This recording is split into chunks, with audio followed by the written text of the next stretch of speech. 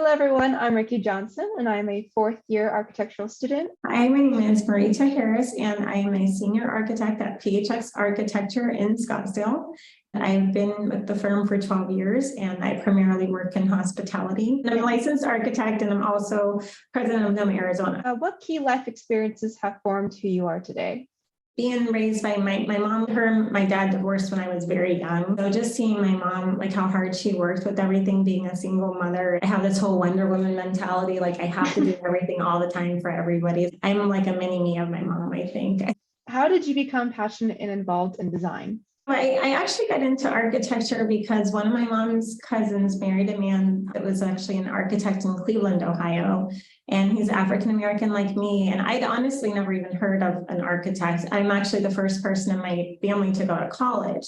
So then I meet this man that looks like me, and he took me to his office and showed me the different things he worked on. And I thought, that's really interesting. That's cool. I like that you can use your left and right brain because, you know, the whole technical part and the creative side. So what are your core values and how are they reflected in your practice? Number one, I'm always honest. I'm honest with my team and also with my clients. I just really like to be upfront. I don't pretend that I know everything. Yes, I've been doing this for a very long time, but every day I learn something else. What is your design process? And this can include your own design thinking, visualization, and realization.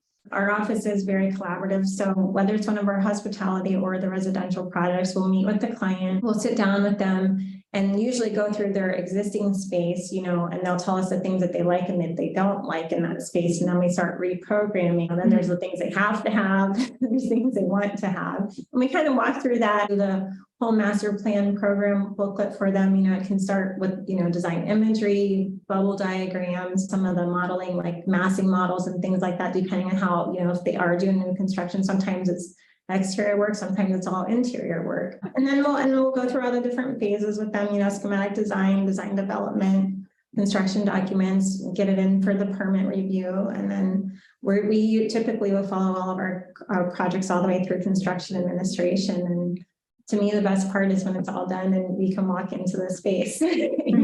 How do you collaborate with other individuals to realize your impactful work? You'll stare at something for so long that you may not see what's missing. And so you pass it off to another project manager that's never looked at it. You know, so they start to find, oh, where's this detail on this one doesn't make sense. And so, you know, it'll come back with some red lines. Right. All that, you know, but that's what we do a lot. I mean, we have a really great team here. Where do you think design is going at the current moment?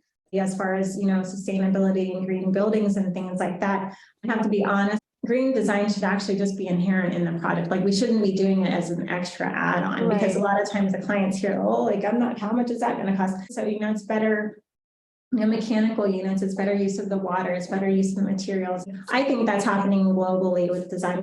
What are the biggest challenges you face? Personally, I'm a female. It can be intimidating. When I was in school, even back then, our class was like 50-50 with women. But unfortunately, there's a drop off about this missing. I think it's 32%, you know, of women that drop off somewhere between getting their architecture degree and getting their license. We're still outnumbered, unfortunately, in the professional, even though we are 50-50 in school, when you get out into the workforce, we're still outnumbered by the men. You're in the same architecture classes as all the guys. You don't know any less than they do. But when you get out to that job site or in the room with the contractors, some of the old school people, they still are trying to adjust to a woman being in that profession. And then, of course, I'm a minority, there's not a lot of us, you know, and that's why I'm so active with, you know, NOMA Arizona. We want, you know, we try to keep a sense of community so that, you know, when people are having these struggles, they realize that they're not alone in that. What advice would you give to a young student like me? So be open to learning from different people. Everyone has something to contribute.